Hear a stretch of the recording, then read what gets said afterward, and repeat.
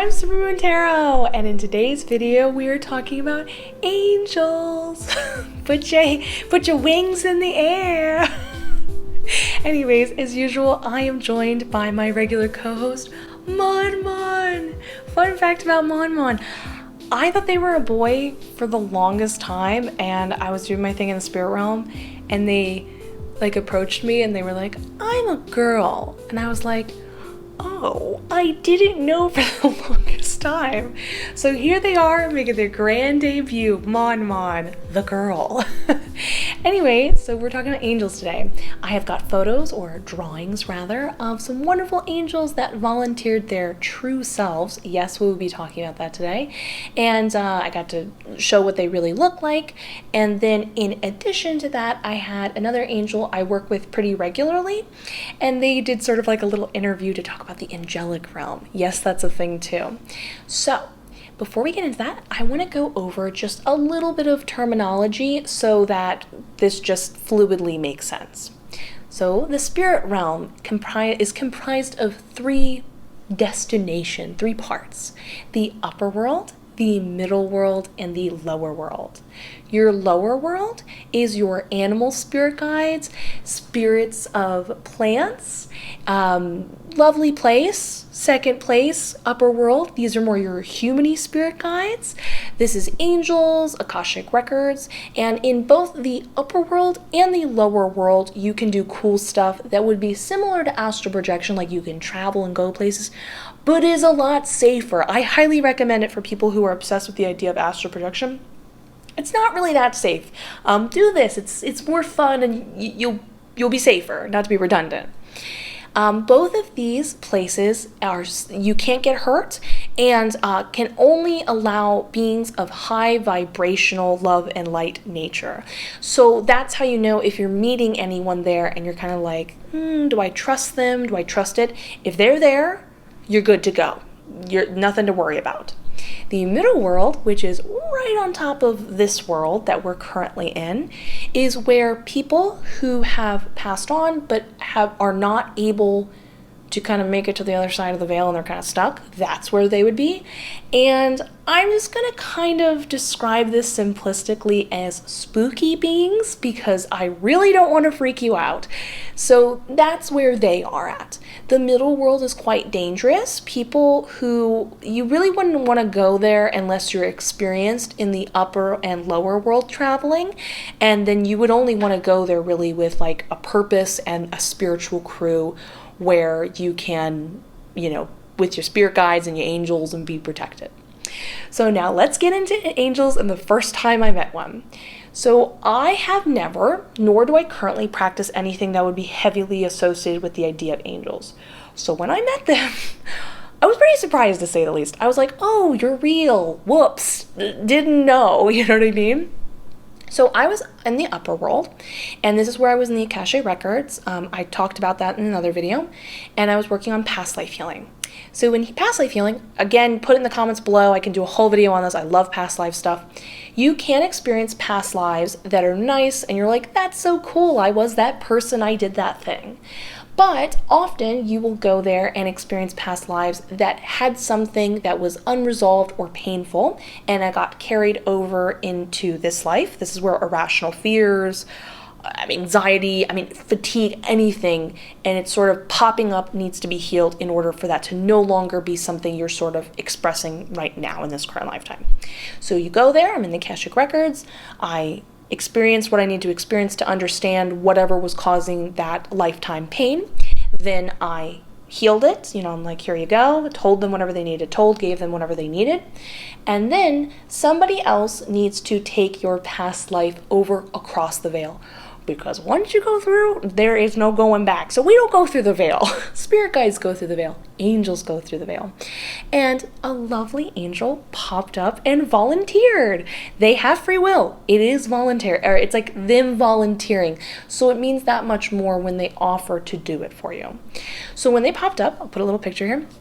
They just looked like an ambiguous person, or not ambiguous person. They just looked human. There was nothing of note. There weren't even wings and a halo, but we will be getting more into that because technically there is. So they looked human-y.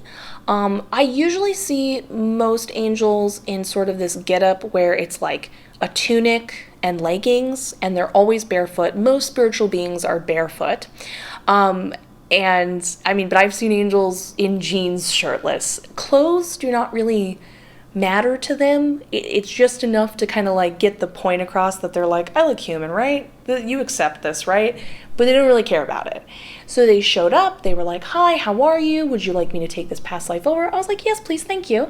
And then when they went to leave to cross it over, well, that's when the wings come out, and they are gargantuan. They're like 10 feet on this side, 10 feet on that side. It's enormous and breathtaking to watch them scoop up a past life and cross over the veil. It's amazing. It's really beautiful. So when this happens, after this happens, you start to get to know them and meet them. A common thing that is the term misperceived is when you experience spirit guides and angels, you are going to think that they are these infinite beings, and they are, and so therefore they must speak in very grandiose fashions, like, hello, my child, walk into the light. Like, that is not how they speak at all. Spirit guides are initially, it will change over time as you get to know each other, will come across a little more, I don't want to say serious, a little like lightly grandiose. They're like a mentor or something like that. But angels are always casual. They speak a lot more, fluidly. It's a lot of like, hi, how are you? What's up? And their personalities range. You will get all different kinds of angels. They are their own people. So the one that I interviewed for the angelic realm, they are very Peter Pan-esque. They are silly. They make jokes with me all the time, even if they're doing really serious stuff. They're a blast. I love them so much. And then there is another one I work with who is very like earthy, and I would describe them as almost like a protective older brother. Another one is kind of like a best friend you've known since childhood. And when you see someone from childhood and you get like very excited and you're like, oh my God, we're gonna catch up. It's that sort of energy. And then there is one angel I met who did not go through the proper procedure in order to come here, and they were very serious, super stoic, to the point that it was a bit intimidating to experience them. So you got a huge gamut of personalities here, and the way they look can be different, but they will look human initially. Now, I've only experienced male angels, but I have had it confirmed to me there are female angels.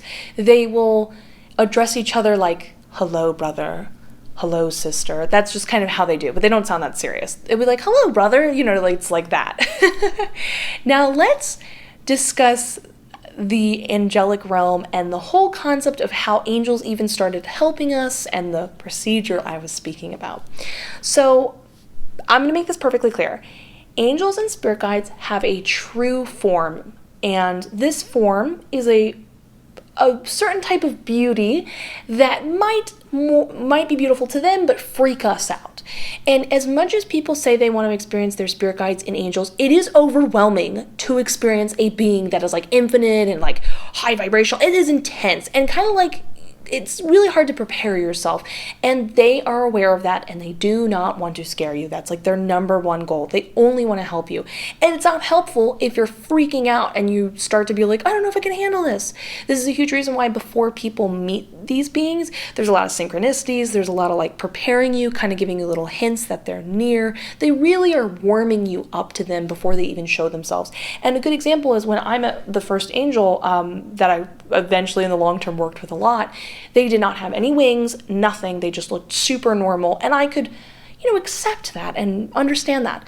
But when and this goes for spirit guides too, once they feel that you can handle it and that they can trust you, they will then show their true selves. However, spirit guides are more likely to show you their true selves, and angels just really won't, because of the procedure situation.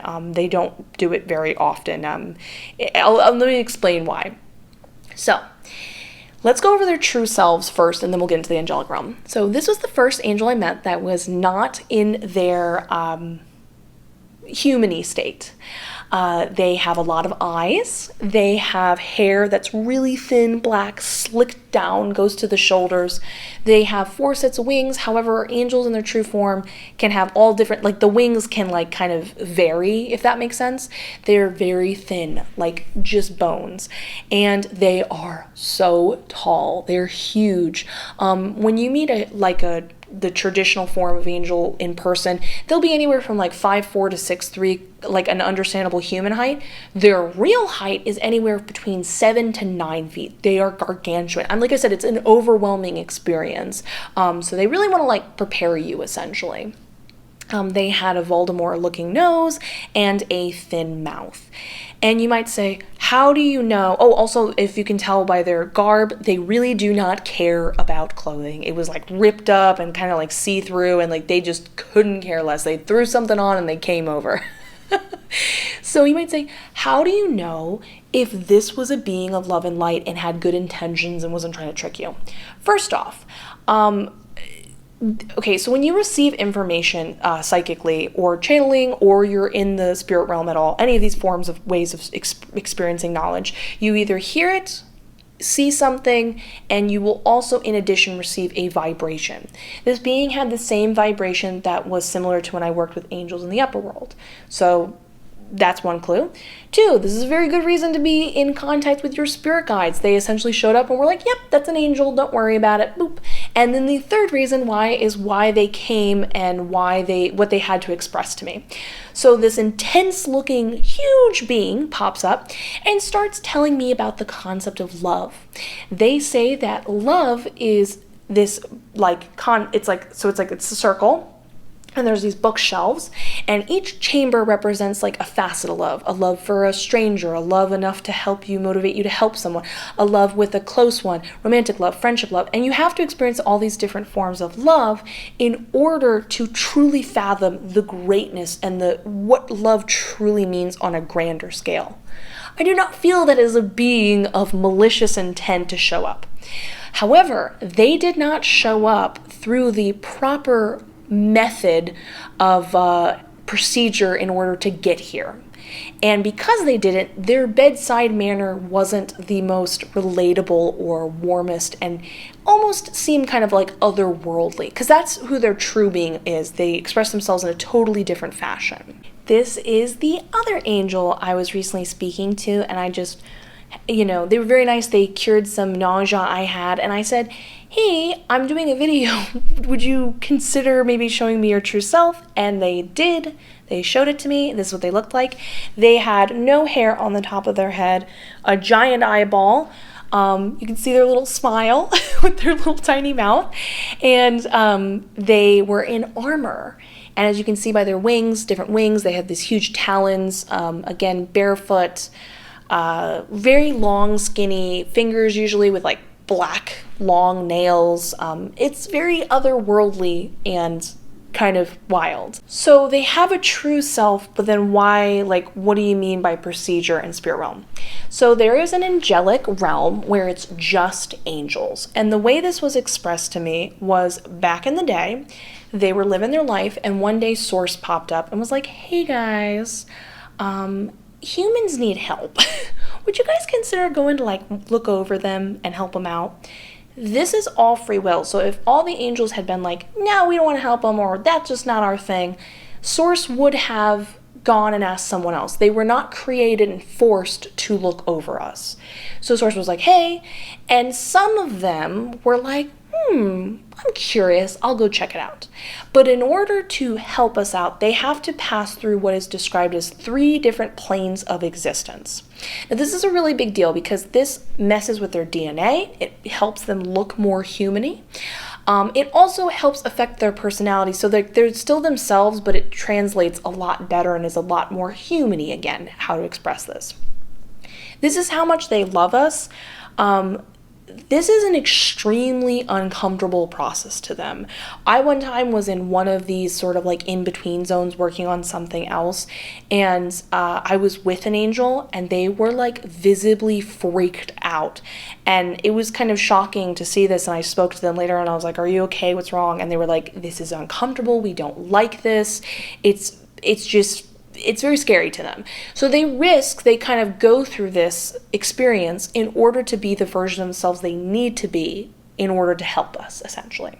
So when they don't cross through that, and they can, if you see over here by this picture, they have halos. Now, halos are kind of like lights, and then there's like an empty negative space up in between, and they can kind of go through that as a form of teleportation. It is their own private teleportation thing they go through. It is an instant thing, but that enables them to go wherever they want, but they need to physically fly and go through these 3 different planes of existence in order to be the version of themselves that you will relate to and get to know, essentially. So one day, Source pops up and is like, hey, does anyone want to volunteer? And some of them were like, yeah, we're interested. Well, we're curious.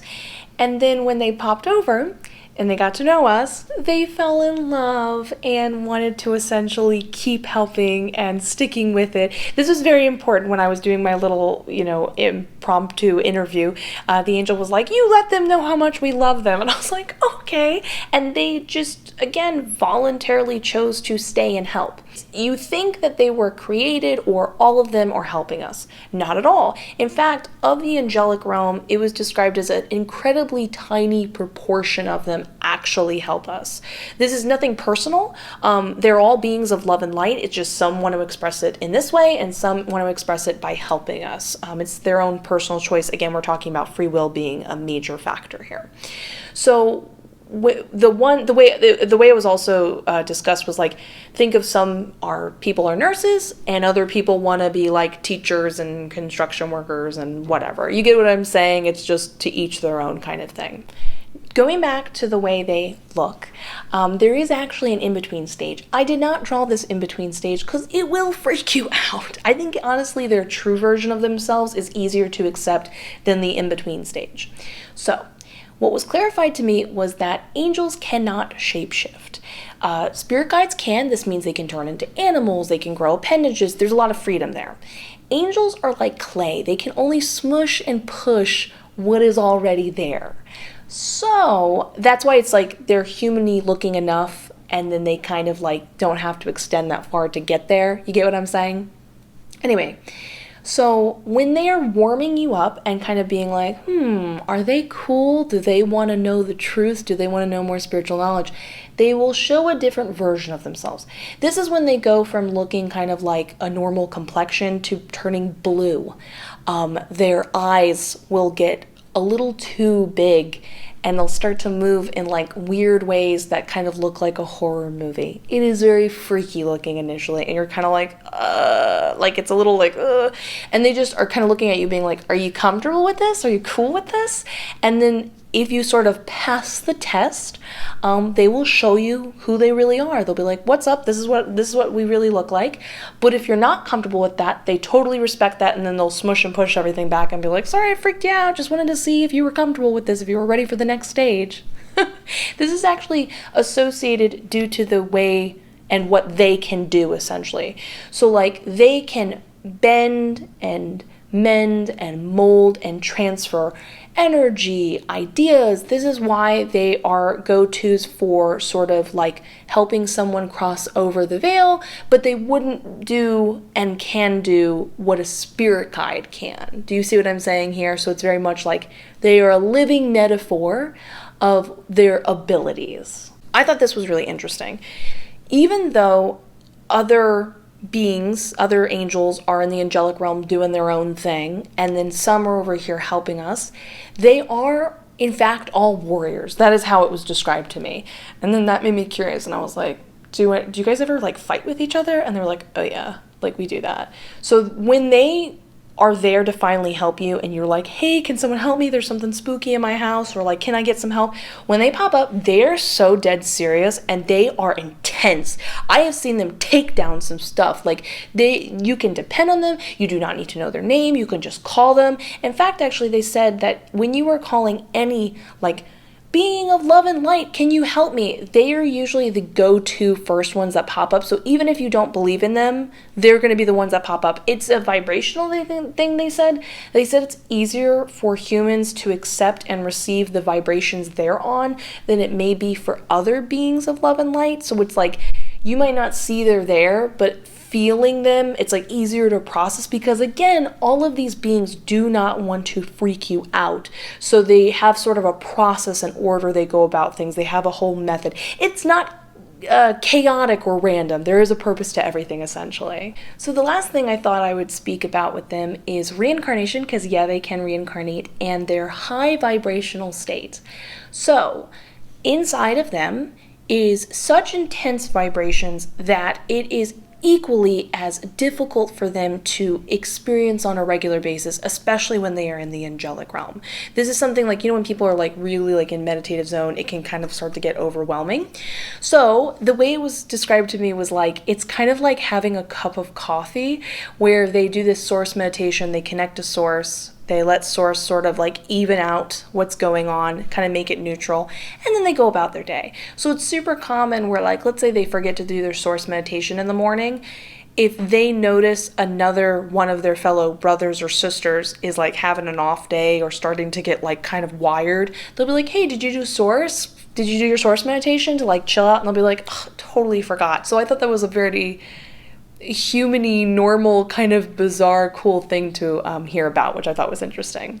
The other thing is reincarnation. Yes, they can reincarnate.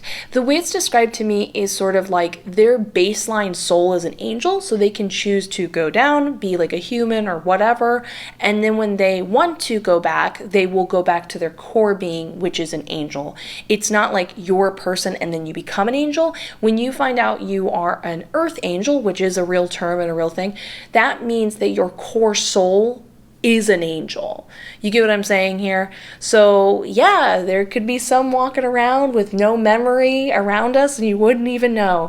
This is a good explanation as to why sometimes people who don't know that they're earth angels can feel like off and weird, because they too need to do source meditation and kind of work with their high vibrational state and get it into kind of functioning mode, which is why I highly recommend just everyone doing it, because it makes all of us happy, and if you happen to be an earth angel, that's also helpful too.